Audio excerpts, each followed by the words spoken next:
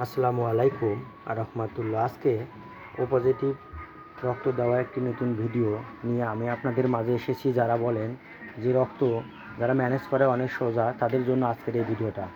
গতকাল আমাদেরকে গাইবান্ধা থেকে ফোন করে যে ও পজিটিভ রক্ত নেওয়ার জন্য একজন মুমূর্ষু রোগীর অপারেশনের জন্য ও পজিটিভ রক্ত দরকার। তারা আমাদেরকে ফোন করে। আমরা আবার তাৎক্ষণিক মুহূর্তে আমাদের যে গাইবান্ধা স্বপ্ন ফাউন্ডেশনের যে সদস্য যারা আছে, যেমন সিএম জামশেদুল আলামিন কাকু, রূপ কাকু, আমরা সবাই মিলে বসে ও পজিটিভ রক্ত সংগ্রহ করি এবং রাতের বেলা তার সাথে ডোনারকে ম্যানেজ করে রেখে দেই।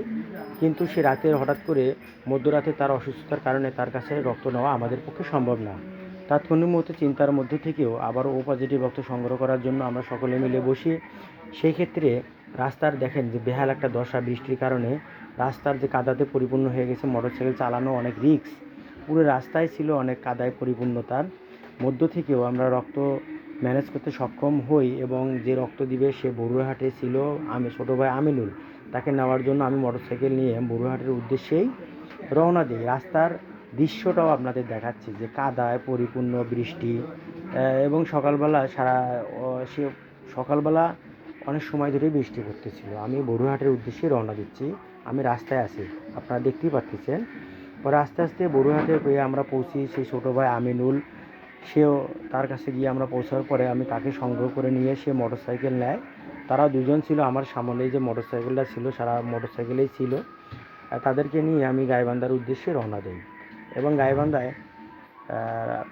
গাইবান্ধা কানিজ হাসপাতাল এবং ল্যাবে আমরা গিয়ে পৌঁছি। সেখানে ডোনার রক্ত টেনে নেই এবং তাদেরকে আমরা রক্ত বুঝে দিতে পেরে খুব ভালো লাগছিল। ভাই দেখলেন আমার যে আজকের যে ভিডিওটা দেখলেন, কতটুকু কষ্ট করতে হয় এক ব্যাগ রক্ত ম্যানেজ করার জন্য। শুধু আমরা যদি আমরা কথা বলি, যদি আপনারা কেউ আমাদের কাছে এ পজিটিভ বা যে কোনো রক্তই চান এক ব্যাগ, আমরা করি কি তাৎক্ষণিক মুহূর্তে আর একটা রক্ত আমরা ব্যাকআপ হিসেবে রেখে দিই, 2 ব্যাগ আমরা সংগ্রহ করি। যদি আবার আপনারা তো কথা নিয়ে বসে থাকেন যে রক্ত তারা দিবে, কিন্তু আমাদের তো মাথায় টেনশন থাকে, যদি আবার সেই ডোনার অসুস্থ হয় তখন কি করব।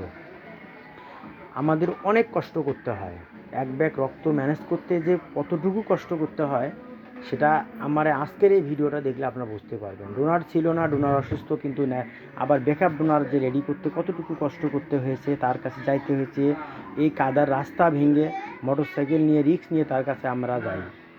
ভাই আমাদের জন্য দোয়া করবেন, আমরা যেন সবসময় এরকম রক্তদানের ভিডিও বা রক্তদান আমরা নিয়মিত করতে পারি।